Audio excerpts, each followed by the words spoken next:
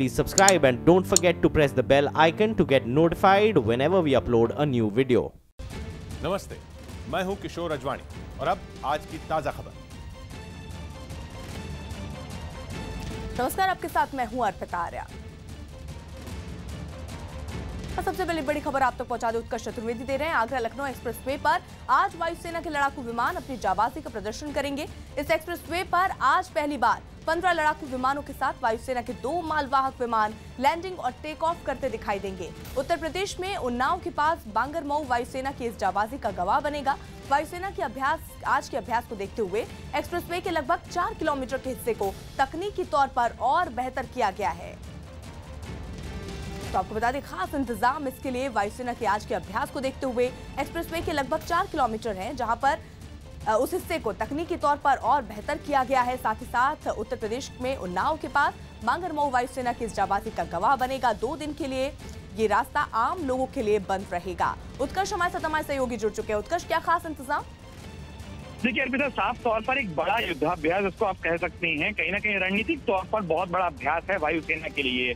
17 विमानों को आज टचडाउन कराना है, यानी कि वो इस एयर स्ट्रिप पर, जो कि मेकशिफ्ट एयर स्ट्रिप है, वहां पर उतरेंगे और तुरंत फिर वो उड़ान भरेंगे। गरुड़ कमांडो भी पूरे के पूरे प्रदर्शन में अभ्यास में भाग लेंगे और गरुड़ कमांडो खासतौर पर वायुसेना की वो टीम है, वो ट्रुप है जो कि युद्ध के मौके पर बहुत तेजी से एक्शन के लिए जाना जाता है।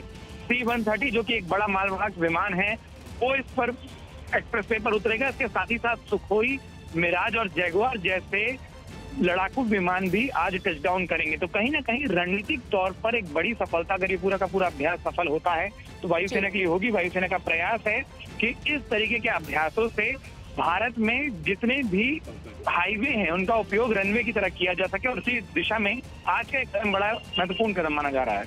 जी, शुक्रिया उत्कर्ष। राजस्थान विधानसभा के बाहर कांग्रेस के विधायक मुंह पर काली पट्टी और गले में तख्तियां टांगकर विरोध प्रदर्शन करने लगे। ये लोग वसुंधरा सरकार के उस बिल का विरोध करने पहुंचे थे जिसके तहत भ्रष्टाचार के मामले में मंत्री, विधायकों और सरकारी अफसरों को बचाने का आरोप लग रहा है। इस बिल को लेकर अब कांग्रेस ने वसुंधरा सरकार के खिलाफ मोर्चा खोल दिया। इसके लिए कांग्रेस विधायकों ने विधायक नगर से विधानसभा तक पैदल मार्च निकाला। कांग्रेस ने सरकार पर बिल के जरिए भ्रष्ट नेताओं और अफसरों को बचाने का आरोप लगाया। काला कानून ला करके मीडिया की आवाज को दबाना चाहते हैं, भ्रष्ट अधिकारी और नेताओं को बचाना चाहते हैं। कांग्रेस का ये रुख सड़क से लेकर सदन तक जारी रहा। इस कानून के माध्यम से वसुंधरा जी ने कोर्ट्स की पावर अपने पास रख ली है और मीडिया को पाबंद कर दिया है। कांग्रेस विधायकों ने बिल के विरोध में गिरफ्तारियां भी दी। विपक्ष के विरोध के बीच राजस्थान सरकार ने विवादित बिल विधानसभा में पेश किया, जिसका कुछ बीजेपी विधायकों ने भी विरोध किया और बिल को लेकर वसुंधरा सरकार को विपक्ष के साथ साथ अपनों की भी नाराजगी का सामना करना पड़ा। इस प्रकार के बिल की आवश्यकता नहीं थी। मैं इस विधेयक के पूर्ण खिलाफ हूँ। इस बिल के मुताबिक भ्रष्टाचार के मामले में नेताओं और अफसरों के खिलाफ पुलिस या कोर्ट में शिकायत करना आसान नहीं होगा। इस बिल के पास होने पर केस दर्ज करने के लिए सरकार से मंजूरी लेनी होगी। सरकार से इजाजत न मिलने के 180 दिन बाद ही कोर्ट के जरिए केस दर्ज कराया जा सकता है। बिना इजाजत के मीडिया में भी ऐसे मामलों को दिखाया नहीं जा सकेगा और ऐसे किसी मामले में नाम लेने पर 2 साल की सजा होगी। लेकिन इस बिल के विरोध में कांग्रेस के प्रदेश अध्यक्ष सचिन पायलट की अगुवाई में पार्टी कार्यकर्ताओं ने जयपुर में राजभवन तक मार्च निकाला। इसके अलावा राज्य के कई और हिस्सों में भी कांग्रेस का प्रदर्शन देखने को मिला। रतनगढ़ में बिल के विरोध में यूथ कांग्रेस नेताओं ने राज्यपाल के नाम ज्ञापन दिया। हालांकि विपक्ष और बीजेपी विधायकों के विरोध के बीच वसुंधरा कैबिनेट के मंत्री सरकार के बचाव में सामने आए। मुद्दा विहीन विपक्ष इस तरीके की बातें कर रहा है, महाराष्ट्र में भी लागू है, ये तो कोई नई बात नहीं है। राजस्थान सरकार के इस बिल पर संपादकों की संस्था एडिटर्स गिल्ड ने भी आपत्ति जताते हुए इसे वापस लेने की मांग की है। और भवानी सिंह बड़ी खबर दे रहे हैं। राजस्थान सरकार विवादित बिल पर विरोध के बाद बैकफुट पर है। सरकार ने बिल पर फिर से विचार करने का फैसला किया। कांग्रेस के साथ ही बीजेपी के कुछ अपने विधायक भी सरकार के इस बिल का विरोध कर रहे थे, जिसके बाद सरकार ने ये फैसला लिया। सरकार के प्रस्तावित बिल के मुताबिक राज्य में किसी भी जज, अधिकारी या विधायक, सरपंच के खिलाफ शिकायत दर्ज कराने से पहले सरकार से इजाजत लेनी होगी। भवानी, अब सरकार के पास क्या क्या विकल्प बचते दिख रहे हैं? देखिए अर्पिता, सरकार के पास में 2 ही विकल्प है, या तो वो बिल को वापस ले ले या फिर प्रवर समिति, सेलेक्ट कमेटी को सौंप दे। अगर प्रवर समिति को सौंपते हैं तो उसमें ये किया जा सकता है कि जिन प्रावधान पर आपत्ति है उनमें से हो सकता हो कि उनमें संशोधन किया जा सकता है और संशोधन के बाद में बिल पास कराया जा सकता है। इन दोनों में से कौन सा विकल्प सरकार चुनेगी, ये आज साफ होगा। जी शुक्रिया भवानी। हिमाचल के पूर्व सीएम प्रेम कुमार धूमल ने नामांकन दाखिल कर दिया। हिमाचल प्रदेश के पूर्व सीएम और बीजेपी नेता प्रेम कुमार धूमल ने सुजानपुर विधानसभा सीट से नामांकन दाखिल किया।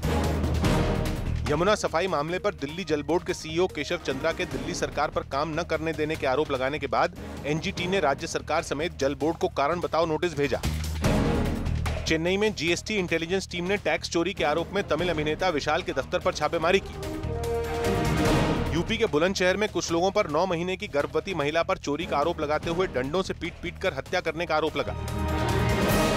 विदेश मंत्री सुषमा स्वराज ने ढाका में बिम्स्टेक यानी bay of Bengal initiative for multi sectoral technical and economic cooperation का नया महासचिव बनाए जाने पर बांग्लादेश के राजदूत शहीदुल इस्लाम को बधाई दी। पंजाब के सीएम अमरिंदर सिंह की दिवाली के मौके पर ली गई सेल्फी को लेकर सोशल मीडिया पर यह तंज किया जा रहा है कि उनके पास कई गंभीर मुद्दों के लिए वक्त नहीं है, लेकिन वो अपनी पाकिस्तानी दोस्त आरुषा को पूरा समय दे रहे हैं। राजस्थान के राजसमंद में एक बेकाबू कार के डिवाइडर से टकराने से एक ही परिवार के 5 लोगों की मौत हो गई, जबकि एक घायल है। बिहार के फुलवारी शरीफ में चोरों ने 2 घरों से लाखों रुपए और गहने चुरा लिए। मध्य प्रदेश के दमोह में कुछ लोगों पर बेटी से छेड़छाड़ का विरोध करने पर पिता को जिंदा जलाने का आरोप लगा। श्रीलंका के खिलाफ 3 मैच की टेस्ट सीरीज के पहले 2 मैच के लिए आर अश्विन और रविंद्र जडेजा की टीम इंडिया में वापसी हुई।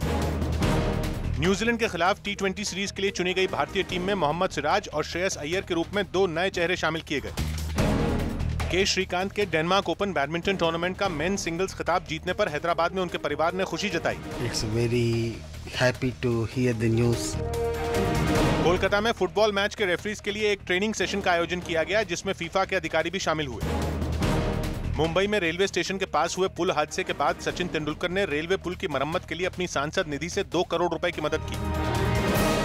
चंडीगढ़ के वर्णिका कुंडू छेड़छाड़ मामले में अदालत ने तीसरी बार विकास बराला और उसके दोस्त आशीष की जमानत याचिका खारिज कर दी। आतंकी यासीन भटकल के मामले में दिल्ली की पटियाला हाउस कोर्ट 29 नवंबर को सुनवाई करेगी। विपक्ष 8 नवंबर को नोटबंदी का 1 साल पूरा होने पर केंद्र सरकार के खिलाफ देश भर में काला दिवस मनाएगा। प्रशांत भूषण ने गुजरात कैडर के आईपीएस अधिकारी राकेश अस्थाना को सीबीआई का विशेष निदेशक बनाए जाने का विरोध किया और गंभीर आरोप लगाए। हाथ से लिखी हुई डायरी है जिसमें कई करोड़ रुपए दिखाए गए हैं कि राकेश अस्थाना को दिए गए जब वो कमिश्नर थे सूरत के। बीएसएफ ने दावा किया कि इस साल अब तक पाकिस्तान ने करीब 105 बार सीमा पर फायरिंग कर सीज फायर का उल्लंघन किया। यूपी के आगरा में पुलिस ने अवैध तरीके से रह रहे 32 बांग्लादेशी नागरिकों को गिरफ्तार किया। फरलो पर जेल से बाहर आए हरियाणा के पूर्व सीएम ओम प्रकाश चौटाला ने बयान दिया कि इस बार चुनाव में मदद के लिए उन्हें जेल तोड़कर बाहर आना पड़े तो वो आएंगे। असम कांग्रेस ने बीजेपी सांसद कामाख्या प्रसाद तासा पर एक जनसभा में महात्मा गांधी और जवाहरलाल नेहरू पर विवादित बयान देने के आरोप लगाते हुए केस दर्ज करवाया। छठ पूजा के लिए दिल्ली से अपने घर जा रहे लोगों ने रेलवे की तैयारियों पर नाराजगी जताई। और जनक में बड़ी खबर दे रहे हैं। गुजरात में चुनावी घमासान के बीच पाटीदार नेता हार्दिक पटेल ने कल कांग्रेस उपाध्यक्ष राहुल गांधी से मुलाकात से इनकार किया। इससे पहले तस्वीरें आई थी जिसमें हार्दिक पटेल अहमदाबाद में एक होटल में जाते दिखाई दिए थे। इन तस्वीरों के आधार पर कहा जा रहा था कि हार्दिक पटेल राहुल गांधी से मुलाकात करने होटल गए हैं, लेकिन हार्दिक ने न्यूज 18 इंडिया से फोन पर खास बातचीत में कहा कि वो होटल में राहुल गांधी से नहीं बल्कि अशोक गहलोत से मिलने गए थे। हार्दिक पटेल के मुताबिक अगर उन्हें राहुल से मिलना होगा तो वो खुलेआम जाएंगे। 12 से शायद 1 के बीच में यहाँ के प्रभारी जो अशोक गहलोत थे उनसे मिलने गया था और बयान करने गया था कि किस मुद्दे पर बात करनी है। अगर आप हमारे प्रतिनिधित्व की बात करोगे, आरक्षण की बात करोगे, किसानों की बात करोगे तो हम कल मिलना चाहते हैं। अगर रात को मैं वहीं रुका था, सुबह में निकला था, इसे अगर मैं मिलूंगा राहुल जी से तो खुलेआम मिलूंगा, मुझे भी वेटेज मिलेगा। क्यों नहीं, मैं छुपकर क्यों मिलूंगा? मैं किसी आतंकवादी से तो मिल नहीं रहा। जनक हमारे सहयोगी जुड़ चुके हैं। जनक, जिस तरीके से हार्दिक पटेल ये साफ कर रहे हैं कि अशोक गहलोत से मिलने गए थे, तो खुलेआम मिल क्यों नहीं मिले? निकलते वक्त मुंह छिपाते हुए क्यों नजर आए? कैमरे में कैद हुए थे वो?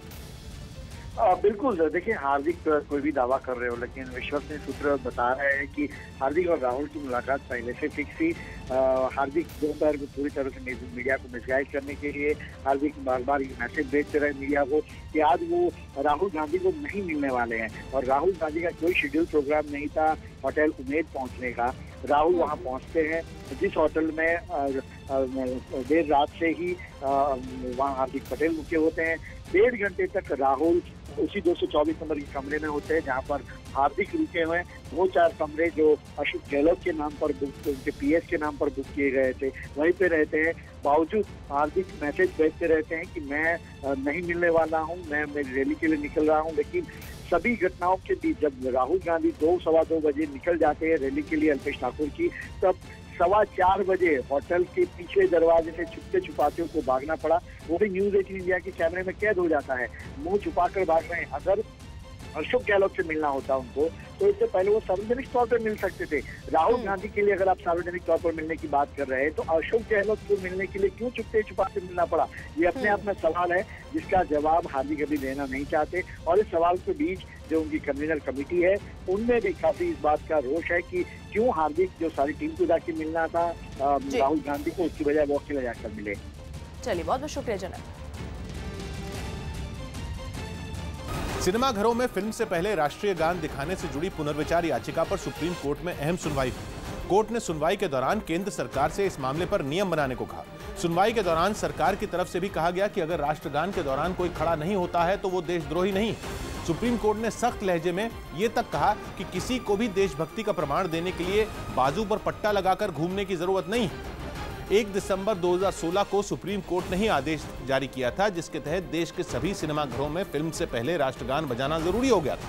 मामले की अगली सुनवाई 9 जनवरी को होगी जिसमें केंद्र सरकार को अपना पक्ष कोर्ट को बताना होगा और अगर केंद्र सरकार चाहे तो अगली सुनवाई से पहले भी कोई नियम बनाकर उसे सर्कुलर निकालकर लागू कर सकती है। दीपक भी बड़ी खबर दे रहे हैं। दिल्ली के कमला मार्केट में देर रात भीषण आग लग गई। आग ने देखते ही देखते करीब 100 दुकानों को अपनी चपेट में ले लिया। खबर मिलने पर दमकल की 30 गाड़ियां मौके पर पहुंची।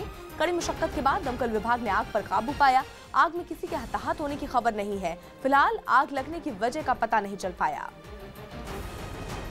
शॉप हमारी है, जो ये आग फैली हुई है हमारी शॉप पे फैली हुई है। ये दुकानें शॉर्ट सर्किट से लगी हैं और कोई फायर का इंतजाम नहीं है। सिर्फ तीन गाड़ियां खड़ी हैं यहाँ पर। लेबर का फोन आया कि आग लग चुकी है। हम फटाफट आए, देखा तो पूरी भीषण आग थी। फायर ब्रिगेड के कोई तुरंत नहीं, फोन करा तो फोन कट कर रहे हैं। दीपक, क्या वजह साफ हो पाई, किस वजह से आग लगी थी? देखिए, अभी तक आग लगने की वजह नहीं है, लेकिन जो सूत्रों के मुताबिक अगर बात करें तो शॉर्ट सर्किट की वजह से ये आग लगने की वजह मानी जा सकती है। लेकिन अभी तक खुलासा नहीं हो पाया क्योंकि जो आसपास का इलाका था, जिन जगह पर दुकानों में तो शुरुआती दौर पर 2 दुकानों में आग लगने की बात हुई थी, तो वहां से ये आग फैलकर काफी बड़ी हुई और लगभग 26 से ज्यादा गाड़ियों को यहाँ पर लगाया गया।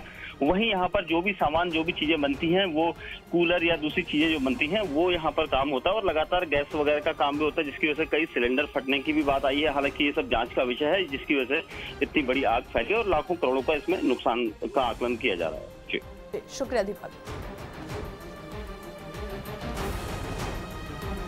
यूपी के चित्रकूट में सीएम योगी आदित्यनाथ पैदल ही परिक्रमा करने निकले, जो यहां कई परियोजनाओं का शिलान्यास करने पहुंचे और भगवान राम से जुड़े पर्यटन स्थलों का विकास अपनी प्राथमिकता बताया।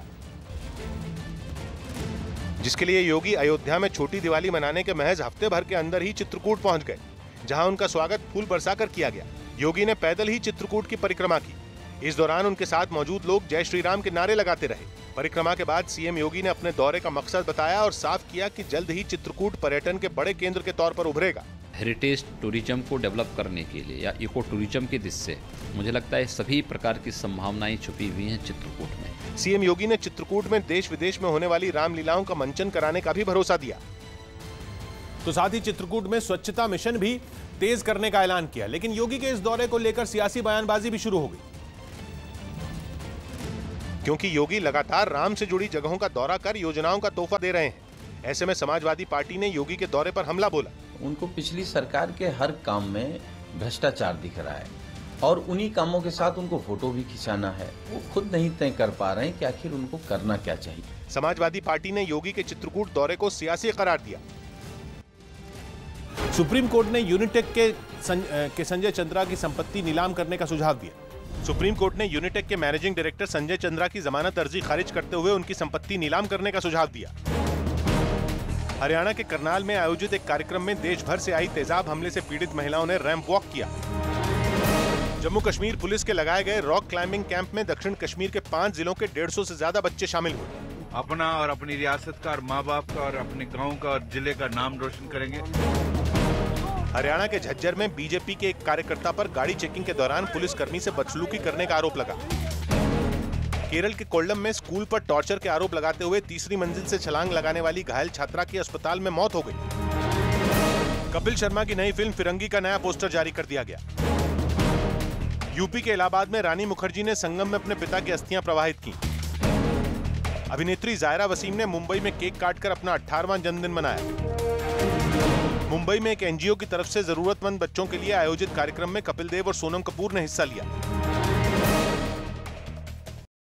गुजरात के अहमदाबाद में पाटीदार आंदोलन के नेता नरेंद्र पटेल ने नोटों की गड्डियां दिखाते हुए आरोप लगाया कि बीजेपी ने उन्हें 1 करोड़ की रिश्वत की पेशकश की।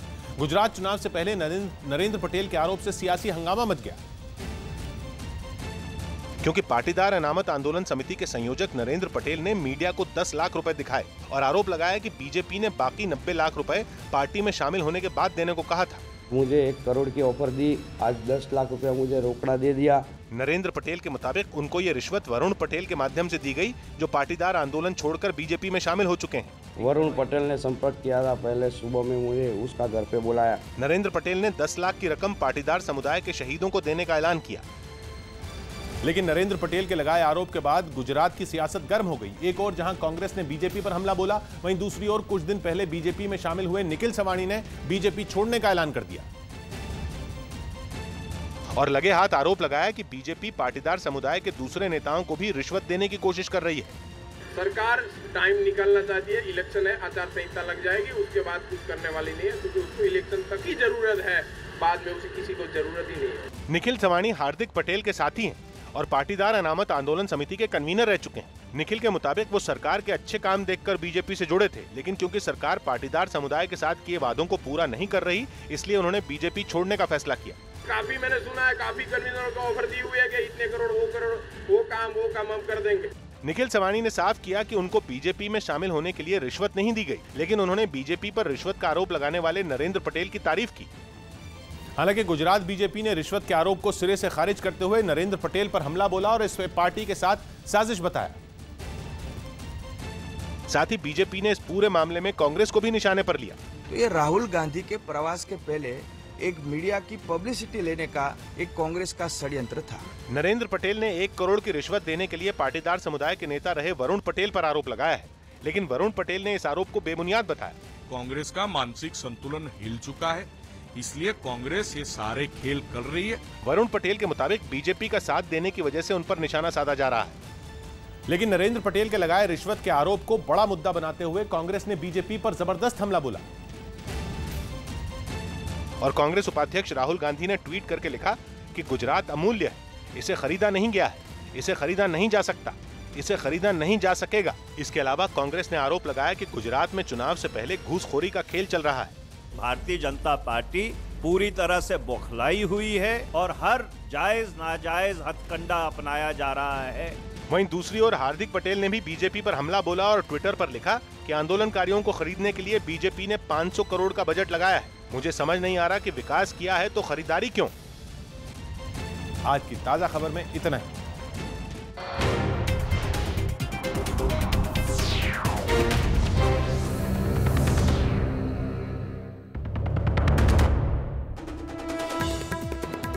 आगरा लखनऊ एक्सप्रेसवे पर वायुसेना के लड़ाकू और मालवाहक विमानों के टचडाउन की वजह से आज और कल आवाजाही बंद रहेगी। विरोध के बाद राजस्थान की वसुंधरा सरकार अफसरों और मंत्रियों के भ्रष्टाचार के मामले से बचाने वाले विवादित बिल में फिर से विचार को तैयार। गुजरात के उप मुख्यमंत्री नितिन पटेल ने कांग्रेस में अल्पेश ठाकुर के शामिल होने पर निशाना साधते हुए कहा कि वो सत्ता के लिए आतंकी हाफिज सईद से भी हाथ मिला सकती है।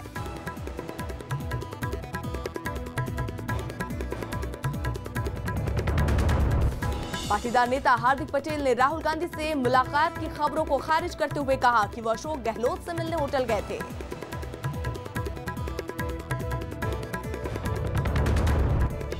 कांग्रेस में शामिल हुए ओबीसी नेता अल्पेश ठाकुर ने गुजरात में 125 सीटों के साथ कांग्रेस के जीतने का दावा किया। आने वाली सरकार कांग्रेस की बनेगी, 125 प्लस लाने का हमने वादा किया और 125 प्लस आएगी। दिल्ली के कमला मार्केट में देर रात लगी आग में लगभग 100 दुकानें जलकर राख हो गईं। दमकल की 30 गाड़ियों ने बड़ी मुश्किल से आग पर काबू पाया।